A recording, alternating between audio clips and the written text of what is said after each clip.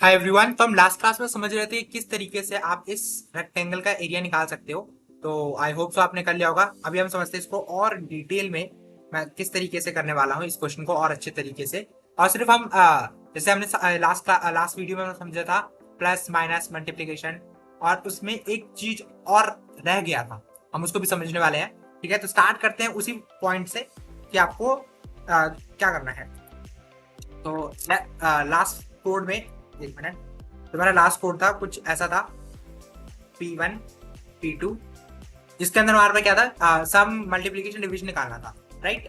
अभी हम एक चीज और समझने वाले हैं, इसको बोलते हैं मॉडुलस।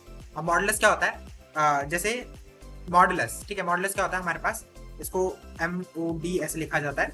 इसका जो सिंबल होता है वो परसेंटेज जैसा दिखता है। राइट। अब क्या आपको निकालना है A मॉड B। इसका मतलब ये है कि आपने ए को डिवाइड किया बी के साथ, ए को आपने डिवाइड किया बी के साथ, तो जो इसका रिमाइंडर बचेगा, ये वाला पोर्शन, इसको हम मॉडुलस कहते हैं। फॉर एग्जाम्पल, अगर आपके पास ए है, एक नंबर है, एक एक वेरिएबल है जिसके अंदर वैल्यू है 12। अब बी एक ऐसा वेरिएबल है जिसके अंदर है आपके पास वैल्यू 3। तो इसका मॉडुलस क्या निकलेगा? आपको 12 को 3 के साथ डिवाइड करना है, तो 3 4 12, और रिमाइंडर में कुछ नहीं बचा, तो इसका मॉड आएगा 0। तो एक बार करके देखते हैं कोड के साथ, तो और ज्यादा क्लैरिटी आएगी आपको। क्या है हमारे पास, हम सबसे पहले एक प्रोग्राम बनाएंगे जिसका नाम होगा p3.py। p3.py मैंने बना लिया। अब इसको मैं हटा देता हूँ, इसकी जरूरत नहीं है। थोड़ा सा जूम कर लेते हैं। हाँ, ओके। तो आपको एक वेरिएबल है जैसे num1, मैंने एक num1 वेरिएबल बनाया, इसको मैं चाह रहा हूँ कि आप यूजर के साथ इनपुट दो। तो इसके लिए मैं इंटीजर ले रहा हूँ और फिर एक इनपुट वेरिएबल यूज कर रहा हूँ, इनपुट, और इसके अंदर मैं डाल रहा हूँ कि एंटर द नंबर 1, क्योंकि हम इस चीज सीख चुके हैं तो हम इजिली ये चीज कर सकते हैं। थोड़ा जूम आउट कर लेते हैं। Enter any number, NUMBER number 1, ठीक है, या नम भी लिख सकते हैं। एंटर num1, आपको एक नंबर एंटर करना है। फिर num2 एक नंबर 2 है जिसके अंदर इंट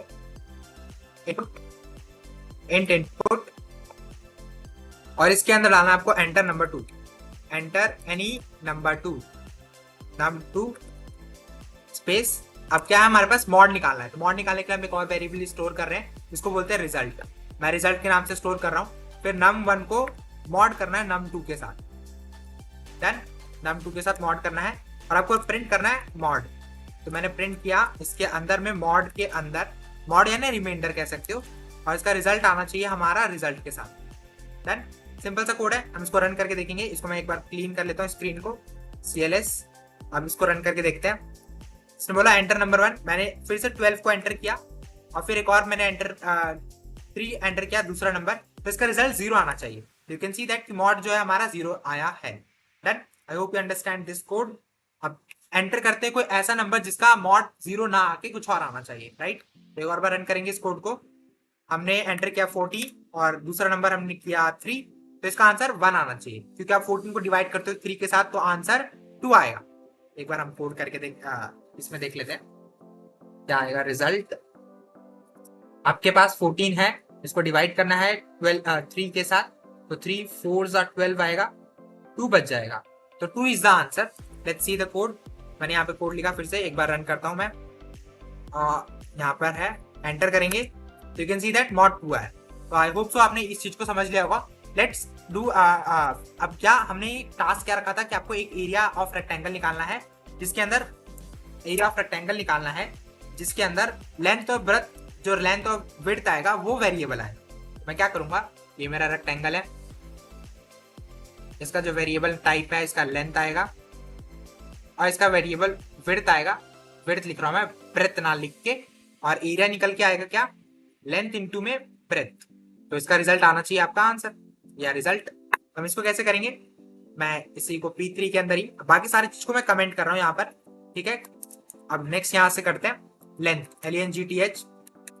लेंथ की वैल्यू है हमारे पास int input, int input, enter enter any number, enter any number 1, क्या नंबर 1 की जगह लेंथ कर सकते हैं हम, LENGTH, enter any length, enter.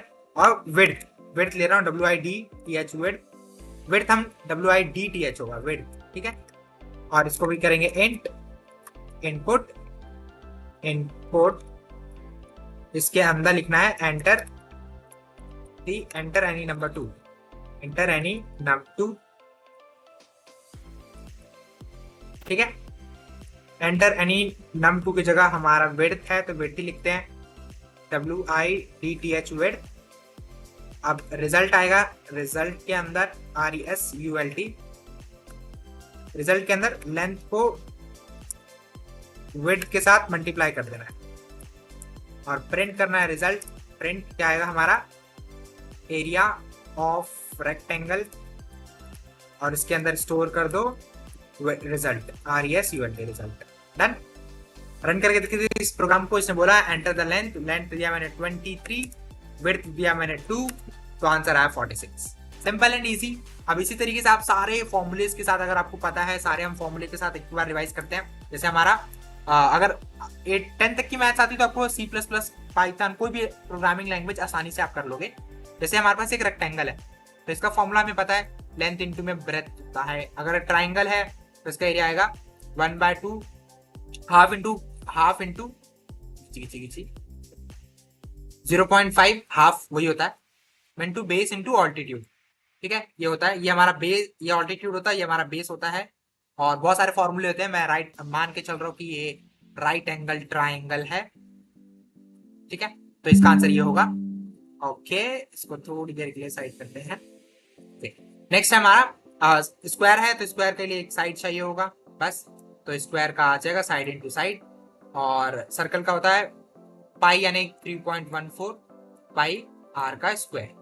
तो ये सारी चीजें हम करने वाले हैं। थोड़ा सा गंदा लग रहा है, इसको साफ कर लेते हैं, ठीक। तो पाई r का स्क्वायर, तो 3.14 की जगह हम पाई को यूज कर रहे हैं, तो हम उसके जगह पे इस चीज को आप थोड़ा सा एरर ना बोलो, कोई कमेंट में गाली नहीं लिखेगा, ठीक है, इसलिए 3.14 लिख दे रहे। ओके स्टार्ट, हम एक एक करके सारा करते हैं, ठीक है। लेंथ और विड्थ आ गया। अब मेरे को क्या क्या चाहिए, यहाँ पर लेंथ चाहिए, ब्रेथ चाहिए, तो एरिया ऑफ रेक्टेंगल आ जाएगा। तो मैं क्या करूंगा, रिजल्ट की जगह पे मैं इसको करता हूँ रेक्टेंगल। ये रेक्टेंगल का एरिया हो गया। फिर मेरे को